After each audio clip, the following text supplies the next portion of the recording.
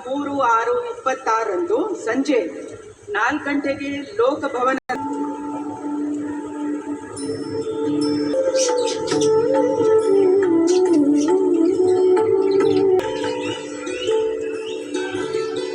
Shri